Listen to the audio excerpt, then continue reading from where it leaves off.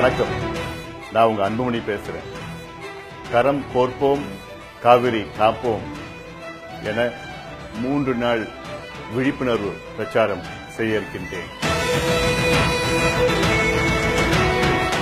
வருகின்ற ஜூலை மாதம் 28ஆம் தேதி ஒகேனக்கலில் தொடங்கி ஜூலை 30ஆம் தேதி பூம்புகாரில் முடிக்க இருக்கின்றேன். அகண்ட காவேரியாக இருந்த ஒரு காலம் போய் இன்று வறண்ட காவேரியாக மாறியிருக்கிறது. காவிரியில் பல பிரச்சனைகள் இருக்கிறது.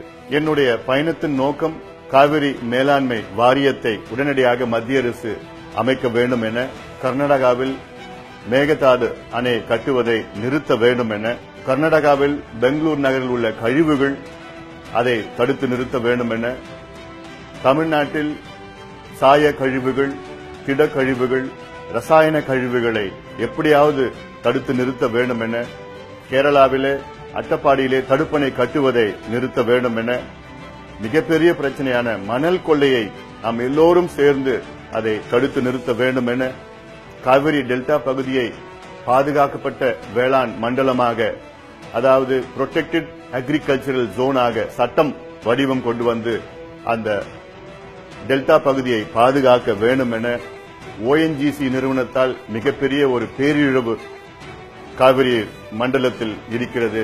இதை எப்படியாவது ONGC நிறுவனத்தை அகற்றி கதிராமங்கலம், நெடுவாசல் மற்றும் அத்துணை ஆழ்துளை கிணறுகளை எப்படியாவது தடுத்து நிறுத்த வேண்டும் என, கடலூர் மற்றும் நாகை மாவட்டத்தில் 67,000 ஏக்கர் நஞ்சை நிலத்தில்தான் இந்த பெட்ரோகெமிக்கல் பார்க்கை அமைப்போம் என துடித்துக் கொண்டிருக்கின்ற மத்திய மாநில அரசை நாம் எல்லோரும் சேர்ந்து எதிர்த்து அந்த திட்டத்தை ரத்து செய்ய வேண்டும் என, நம் தாயை எப்படி பாதுகாப்போமோ அதே போன்று நாம் எல்லோரும் சேர்ந்து காவிரி தாயை பாதுகாக்க வேண்டும்.